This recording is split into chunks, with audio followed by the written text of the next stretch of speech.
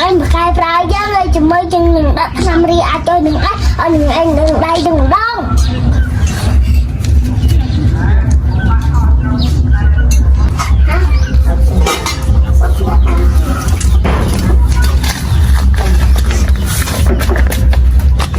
đừng anh phần đấy đừng tự sưu không phải dân hết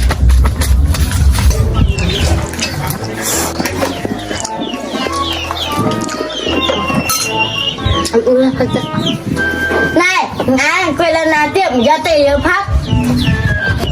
mẹ này hãy ta cái dân phát phong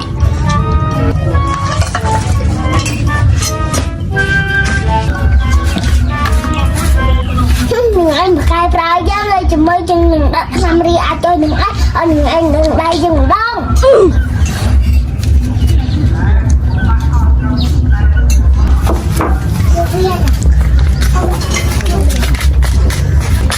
đừng anh phần đấy đừng tự sưu không phải dân hết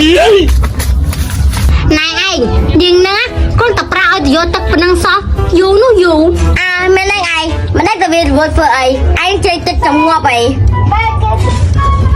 ta cứ chơi mà ta hay cha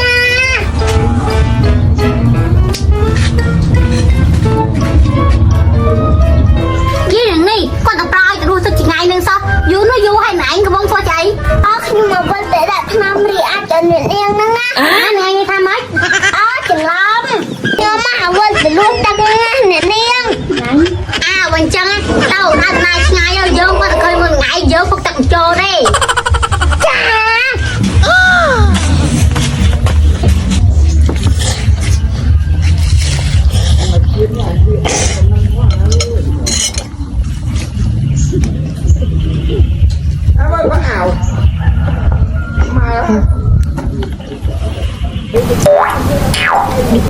cô mấy chứ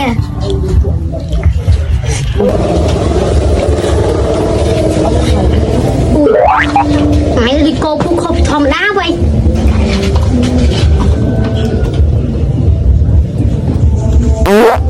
ui trời mấy bạn ơi anh cho con trời ơi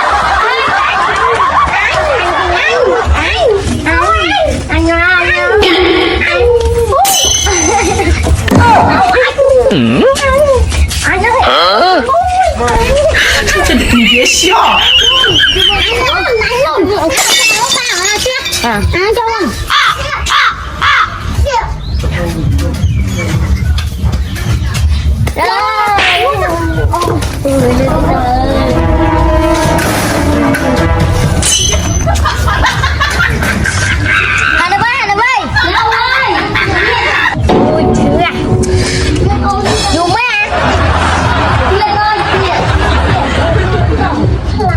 đâu ai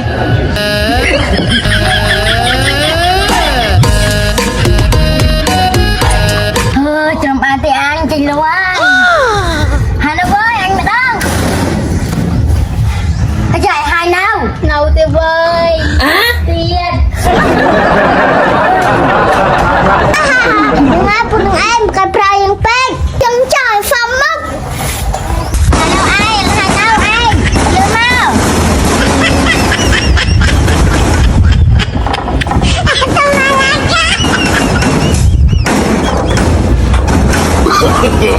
no.